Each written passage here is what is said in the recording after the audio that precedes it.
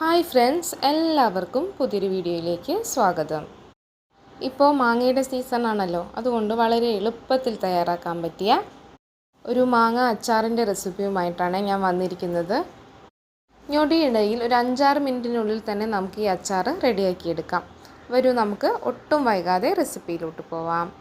റെസിപ്പിയിലോട്ട് പോകുന്നതിന് മുമ്പായി ചാനൽ ആദ്യമായി കാണുന്നവരുണ്ടെങ്കിൽ ഒന്ന് സബ്സ്ക്രൈബ് ചെയ്തേക്കണേ. കൂട്ടത്തിൽ ആ ബെൽ ബട്ടൺ കൂടി എനേബിൾ ചെയ്താൽ ഞാനിടുന്ന എല്ലാ വീഡിയോയുടെയും നോട്ടിഫിക്കേഷൻ നിങ്ങൾക്ക് ലഭിക്കുന്നതായിരിക്കും. അച്ചാറിടാനായി ഞാൻ ഈ ഒരു മാങ്ങയാണ് എടുത്തിട്ടുള്ളത്. ഇത് ഒരു നീളത്തിലുള്ള അധികം പുളിയില്ലാത്തൊരു മാങ്ങയില്ല, അതാണ് ഇതിൻ്റെ പേരെന്താണെന്ന് എനിക്ക് അറിഞ്ഞുകൂടാ. ഇത് ഏകദേശം ഒരു 400 ഗ്രാം ഉണ്ടാവും. ഞാൻ ഇതൊരു മീഡിയം സൈസിലുള്ള കഷ്ണങ്ങളായിട്ടാണ് മുറിച്ചെടുത്തിട്ടുള്ളത്. സദ്യക്കൊക്കെ അച്ചാറുണ്ടാക്കുന്ന പോലെയല്ല, അതിനേക്കാളും കുറച്ച് വലിയ സൈസിലാണ് എടുത്തിട്ടുള്ളത്. ഇതിലോട്ട് നമുക്ക് കുറച്ച് ഉപ്പ് മിക്സ് ചെയ്ത് കുറച്ച് സമയം റെസ്റ്റ് ചെയ്യാൻ വയ്ക്കാം. മിനിമം ഒരു അരമണിക്കൂർ റെസ്റ്റ് ചെയ്യാൻ വെക്കണം, മാക്സിമം എത്ര വേണേലും ആവാം. ഉപ്പ് ചേർത്ത ശേഷം ഇതുപോലെ നല്ല രീതിയിലൊന്ന് മിക്സ് ചെയ്തെടുക്കാം. ഇപ്പോൾ കുറച്ച് സമയം കഴിഞ്ഞിട്ടുണ്ട്, നമുക്കിനി അച്ചാർ ഉണ്ടാക്കുന്നതിലോട്ട് കടക്കാം. ഞാൻ ആദ്യമായി ഒരു ചീനച്ചട്ടി ചൂടാക്കി അതിലോട്ട് കുറച്ച് നല്ലെണ്ണ ഒഴിച്ചു കൊടുക്കുന്നുണ്ട്. അച്ചാർ എപ്പോഴും നല്ലെണ്ണയിൽ തയ്യാറാക്കുമ്പോഴാണ് കൂടുതൽ ടേസ്റ്റ്. കൂടുതൽ കാലം കേടുവരാതിരിക്കാനും ഇതാണ് നല്ലത്. എണ്ണ നന്നായി ചൂടായി വരുമ്പോൾ കുറച്ച് കടുക് ഇട്ട് പൊട്ടിച്ചു കൊടുക്കാം. ഞാൻ 1 ടീസ്പൂൺ കടുക് ചേർക്കുന്നുണ്ട്. കടുക് നന്നായി പൊട്ടി വരണം. ആ സമയത്ത് നമുക്കിതിലോട്ട് വെളുത്തുള്ളി ചേർത്ത് കൊടുക്കാം. ഞാനൊരു 4-5 അല്ലി വെളുത്തുള്ളിയെ ചേർക്കുന്നുള്ളൂ. അതൊന്ന് നെടുകെ പിളർന്നാണ് ചേർത്ത് കൊടുക്കുന്നത്. ഇനി ഈ വെളുത്തുള്ളി നന്നായി മൂത്ത് വരുന്ന സമയം നമുക്ക് ഫ്ലെയിം ഒന്ന് ഓഫ് ചെയ്യാം. ഈ എണ്ണ ജസ്റ്റ് ഒന്ന് ചൂടാറിയ ശേഷം നമുക്കിതിലോട്ട് മസാലപ്പൊടികൾ ചേർത്ത് കൊടുക്കാം. എണ്ണയിലോട്ട് ഡയറക്റ്റ് ചേർത്ത് കൊടുത്താൽ പെട്ടെന്ന് കരിഞ്ഞു പോവും, അതുകൊണ്ടാണ് ഇങ്ങനെ ചെയ്യുന്നത്. ഇതിലോട്ടൊരു 3 ടീസ്പൂൺ മുളക് പൊടി, 1 ടീസ്പൂണിനടുത്ത് ഉലുവ വറുത്ത് പൊടിച്ചത്, 3/4 ടീസ്പൂണിനടുത്ത് കടുക് ഒന്ന് ചതച്ചത് ഇവ ചേർക്കുന്നുണ്ട്. കടുക് വറക്കാതെ ജസ്റ്റ് ഒന്ന് ക്രഷ് ചെയ്തെടുത്തതാണ്. ഇനി ഇത് നന്നായി ഒന്ന് ഇളക്കി കൊടുത്ത ശേഷം നമ്മൾ കട്ട് ചെയ്ത് വെച്ച് ഉപ്പിലിട്ട് വെച്ച മാങ്ങാ കഷ്ണങ്ങൾ ഇതിലോട്ട് ഒഴിച്ചു കൊടുക്കാം.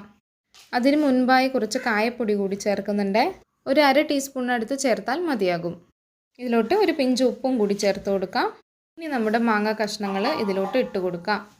ഇപ്പോൾ ഫ്ലെയിം ഓണാക്കി സിമ്മിൽ വെച്ച് കൊടുത്താൽ മതിയേ. നമ്മുടെ മാങ്ങയുടെ കഷ്ണങ്ങൾ അധികം വെന്ത് പോവരുത്, ചെറിയൊരു ചൂടിലൊന്ന് മിക്സായി കിട്ടിയാൽ മതി.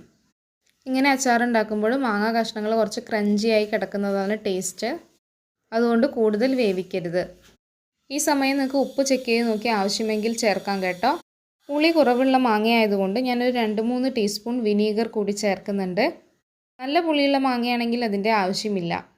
ഇനി എരിവും പുളിയൊക്കെ ഒന്ന് ബാലൻസ് ചെയ്ത് കിട്ടുന്നതിനായി ഒരു 1/4 ടീസ്പൂണോളം പഞ്ചസാര കൂടി ചേർക്കുന്നുണ്ട്. ഇനി നന്നായി മിക്സ് ചെയ്ത ശേഷം നമുക്കിനിത് ഫ്ലെയിം ഓഫ് ചെയ്ത് ചൂടാറാനായിട്ട് മാറ്റി വയ്ക്കാം. നല്ല രീതിയിൽ ചൂടാറി ഒരു 3-4 മണിക്കൂർ കഴിയുമ്പോഴാണ് ഇതിൻ്റെ കറക്റ്റ് ടേസ്റ്റ് കിട്ടുന്നത്. ആ സമയം നിങ്ങൾക്ക് ചെക്ക് ചെയ്ത് നോക്കി പുളിയെല്ലാം കുറവാണെങ്കിൽ കുറച്ച് ചേർക്കാം. കുറച്ച് വിനീഗർ ഒഴിച്ചു കൊടുത്താൽ മതിയാകും. നല്ല പുളിയൊക്കെ ഉള്ള മാങ്ങയാണെങ്കിൽ ആ സമയം കൊണ്ട് തന്നെ മാങ്ങയിൽ നിന്ന് പുളി അതിൻ്റെ ചാറിലോട്ട് ഇറങ്ങി വന്നിട്ടുണ്ടാവും. അപ്പോൾ പിന്നെ കൂടുതൽ വിനീഗർ ചേർക്കേണ്ടതില്ല.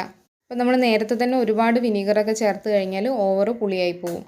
അതുപോലെ ഞാൻ ലാസ്റ്റ് കുറച്ചുകൂടി പച്ചക്കടുക് ചേർത്ത് കൊടുത്തിട്ടുണ്ട്, അപ്പോഴും നല്ല ഫ്ലേവർ ആയിരുന്നു.